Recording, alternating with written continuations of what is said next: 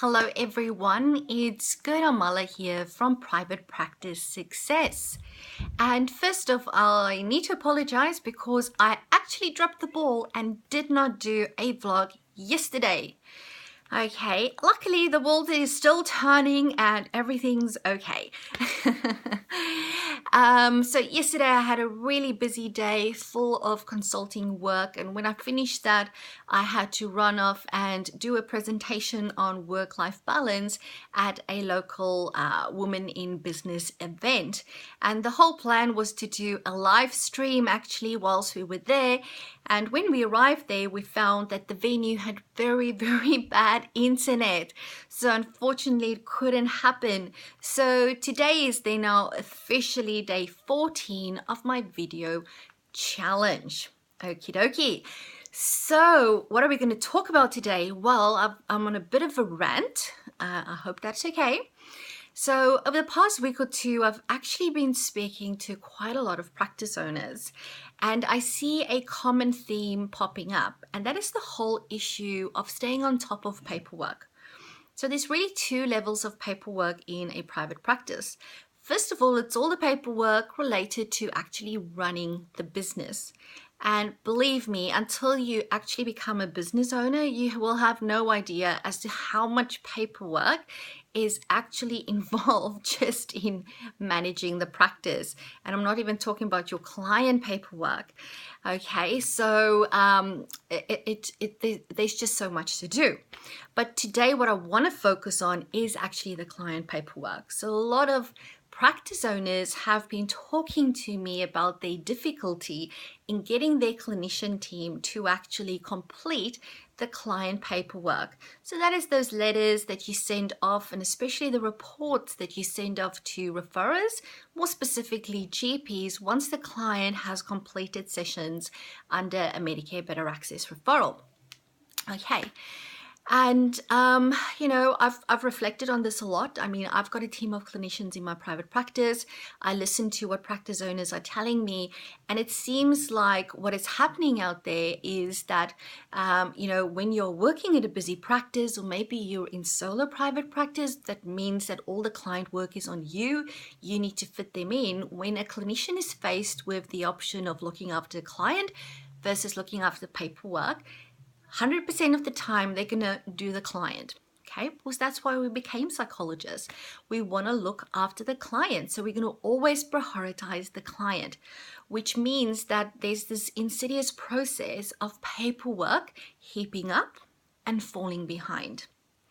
So there's a really important mental shift that needs to happen, because currently clinicians are thinking either or. I either need to see the client and do my client work, or I need to do the paperwork, and I'm always going to choose the client, rightly so.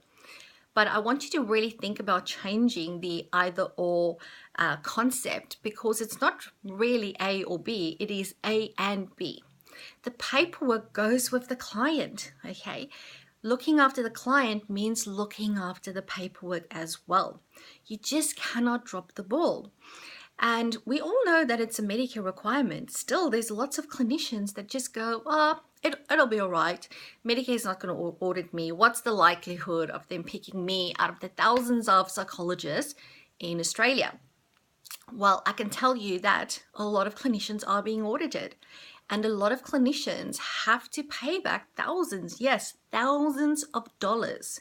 So if you get audited by Medicare, and let's say a client only did 2 sessions and then, didn't come back, or maybe the client completed all 6 sessions and then concluded treatment, irrespective of the number of sessions, you need to report to Medicare. To the doctor. All right. Medicare don't really care what the reason was, but if a client has claimed a session under Medicare, under your provider number, so they have claimed a Medicare rebate, and you do not report back on those sessions, then you will be required to pay back that Medicare rebates that the client received. So if you're a generally registered psychologist, that is $84 times however many sessions were done per client for whom you did not complete a report, okay? So there's a big financial incentive, or, in terms of avoiding punishment in having to pay a huge fine to really do it. But still, people don't do it. They think they're not going to get audited. And it's maybe because when people do get audited and they are told that they have to repay $2,000, $3,000, $4,000, they're not telling the world about it. They're too ashamed and embarrassed that this has actually happened to them. So you might think that people aren't being audited, but they are. They're just not telling you about it. All right, so really work on this mind shift and really go, it's not clients or the paperwork, it's part of the client. The paperwork is part of the client treatment. Just like a GP, if you think of all the paperwork a doctor has to do.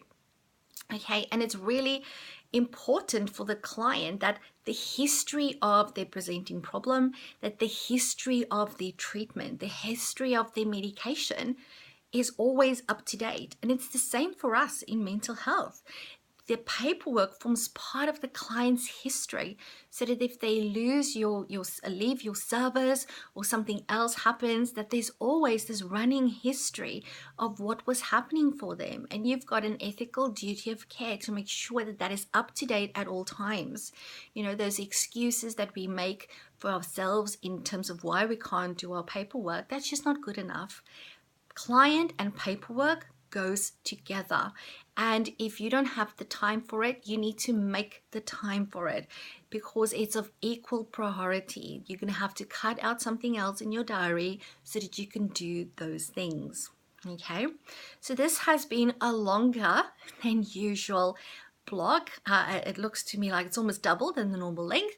So I think I've really made up for last night, or for yesterday not having a blog then. Yes, I would be very interested to hear your thoughts on how you see paperwork and client work. Yes, I can hear you saying you don't get paid for paperwork, but it's the same for doctors. Why? Because Medicare sees this as part of client treatment, and that's the way that we need to see it. No use fighting against it. That is how it works, and for now we need to work with the program until it changes.